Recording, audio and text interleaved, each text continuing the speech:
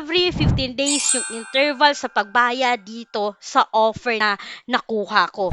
Isa na namang legit loan app na hindi pang 7 days dahil legit po na installment repayment ang pagbabayad dito sa pag-uusapan natin for today's video dahil ako personally na-offeran po ako ng 3,500. And yes, mga kautang, no? Yan yung pag-usapan natin ngayon sa video na to. Kung na-approve nga ba ako dito, magkano nga ba yung possible na ma-receive sa 3,500? May tinatagong charges kaya?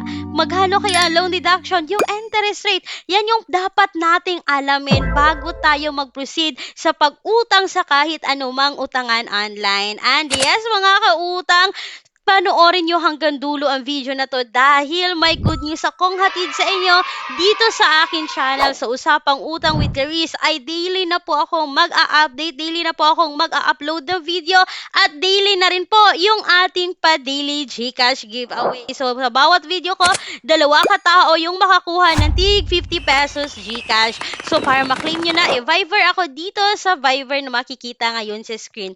So once again mga kautang, welcome back dito sa Usapang Utang. Nagbabalik ang inyong number 1 palautang. Alam ko mga kautang na halos lahat kayo dito ngayon is meron ng iba't ibang kwento sa pag-utang online. May iba malungkot, may iba sakto lang, may iba is nasistress, nahihirapan, iba't ibang emosyon na ang nabigay sa atin ng pag-utang online. Kaya sa video na to, ang pag-usapan natin is isa sa pwede kong ma-recommend sa inyo this 2026. Walang iba mga kautang, si Mr. Cash. Alam niyo naman na approved na ako dito kay Mr. Cash noon gamit yung aking postal ID at ang daming na-approve ng mga kakilala ko gamit ang kanilang national ID, UMID, halos lahat ng valid IDs dito sa Pilipinas ay tinatanggap po ng loan application na to.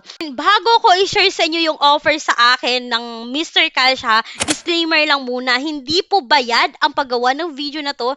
Wala po akong kinalaman sa loan application na to. Wala po akong ugnayan kay Mr. Cash. Isa lamang po akong reviewer na sumusubok para may review sa'yo para mabigyan ko po kayo ng right expectation and awareness bago umutang online. So, eto na nga mga kautang. Alam nyo naman na ilang ulit na akong nag-reloan dito kay Mr. Cash. And ngayon nga, na-notify na naman ako na okay na, pwede na ako makapag-reloan dahil, oh my God, 25 rejections na yung ginawa sa akin ng loan app na to. But still, ginawan ko pa rin ng vlog, ginawan ko pa rin ng update ngayon 2026 kung this time, approve na nga ba ako dito. And by the way mga kautang ha, si Mr. Cash po is legal na nagpapautang dito sa Pilipinas. Ito po ay under ng Generation Lending Corporation, nakasec registered, submitting and accessing sa CIC, nasa list of recorded online lending platforms.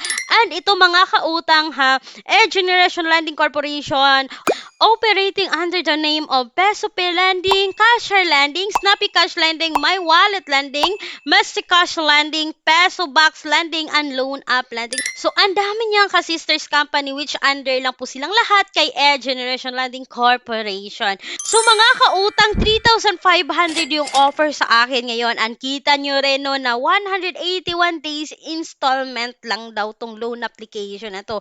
But mga kautang, meron lang po itong 3 installment. Kita nyo dito, no, 4 installment yung nakalagay. But the last installment is ma-waive niya, kaya yung babayaran nyo is yung 3 installment lamang. So, eto na tayo. Dito, ito yung pinaka-importante, no. Sa 3,500, yung service fee is 13%, which is ito po ay 455 pesos. Daily interest rate or kabuuang tubo mga kautang is 1,039.50 pesos. So, ibig sabihin, yung ma-receive mo lang dito sa 3,500 because of the service fee na 455, yung ma-receive is 3,045 pesos. At mga kautang, babayaran ng 4,364.50 and every 15 days yung interval sa pagbayad dito sa offer na nakuha ko. First installment mga kautang is 1,454, the last is 1,454, and the third is 1,456.50 50. So, all in all, mga kautang, pag itotal natin to is 4,364.50. So mga kautang, isaisip agad natin dito pa lang. Kita mo naman pala lahat ng details kay Mr. Cash. It's up to you to decide kung magugo kayo dito or hindi. Pero mga kautang, kung i-compare din natin itong si Mr. Cash sa mga other loan application, medyo okay na rin ha, kasi installment repayment. Hindi one-time payment, hindi tayo mahihirapan sa pagbayad dito kasi nga patage-tage yung pagbabayad. So kung i-compare natin dito kay Online Loans Pilipinas, si OLP ha is okay, first time borrow. Okay rin kasi zero interest rate. But sa repeat loans, hindi siya okay kasi one-time payment siya. Di ba? Malaki din yung tubo, one-time payment pa. Whereas dito kay Mr. Cash is may installment repayment. So, ang pag-decide lang natin sa isang loan app mga kautang is dapat i-compare natin sa mga other loan apps, then isiping mabuti kung kaya ba nating bayaran yung interest at total charges kapag mag-due date na tayo para hindi tayo mahirapan at hindi tayo maharas.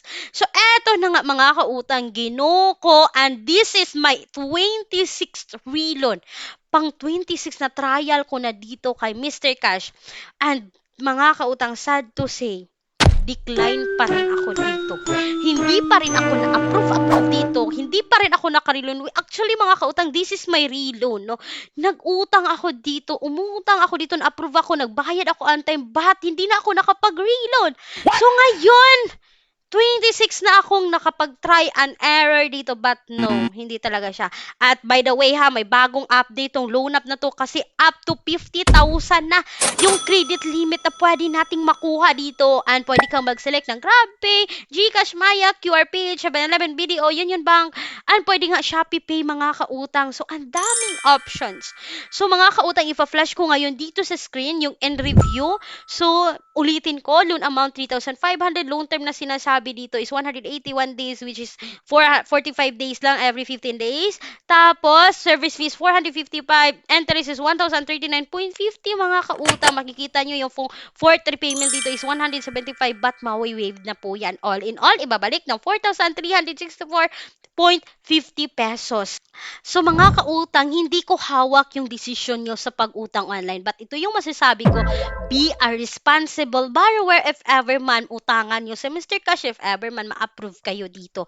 And sana nakatulong tong quick, honest review ko about this loan application. Hanggang ngayon, hindi pa rin ako nakapag-reloan dito. At kung kayo, ganito yung experience nyo sa akin, may experience kayo dito kay Mr. Cash, feel free to comment down below para masali kayo sa aking pa-daily GCash. Speaking po sa mga alternatives, alam nyo naman yun mga kautang, may mga listahan talaga ako dyan sa pin comment or sa description ng video na to, but make sure research muna bago umutang. And sa bank personal loan na palagi ko binabanggit sa inyo na paulit-ulit, and still 2026 na, nagpapautang pa rin ang bangko na to mga kautang ng minimum 20,000, maximum of 2 million pesos. And please take note, all applications submitted is subject for bank approval. Nandito pa rin ako, handa po kayong i-assist kung gusto nyong umutang dito.